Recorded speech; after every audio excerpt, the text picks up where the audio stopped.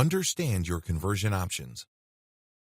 Converting online traffic into dollars is not as straightforward as you think. A lot of newbie marketers are under the impression that if they buy traffic and enough of these users click on page after page, eventually they will land on a conversion page, read something that they like, and then whip out their credit card. If only things were that simple. Believe me, if that's your strategy, you are probably going to be settling for cents on the dollars, assuming you make any money at all. The better approach would be to study what kind of conversion strategy works best, considering whatever it is you're trying to sell.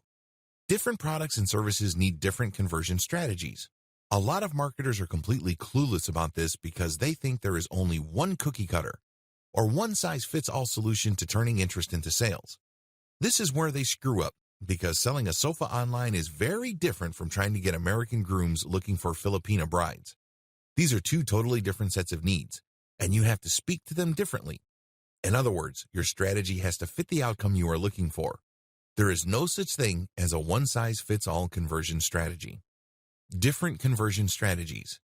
If you are selling a high-ticket item, let's say a gold IRA conversion kit which can involve hundreds of thousands of dollars, you need to take it slow. You need to basically drip-feed information to your audience so they can build trust over an extended period of time.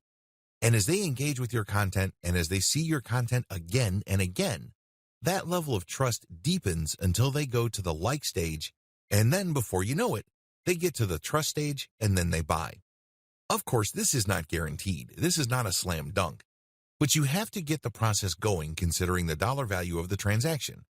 If you're looking for somebody to transfer their retirement fund worth hundreds of thousands of dollars from one fund to a gold fund that you're an affiliate of, you have to invest in a long funnel that builds trust over an extended period of time. On the other hand, if you're looking for a quick sale, your conversion funnel can be shorter. In other words, you can basically tell the reader if they're going to ship or get off the pot. It's pretty straightforward. For example, there's no need to create a mailing list for certain types of one-time use product. If people are just going to use a product once, either they want it or they don't, because if you're going to build a mailing list which sends them update after update to try to remind them and push them closer and closer to the conversion end of the content funnel, you might not get there.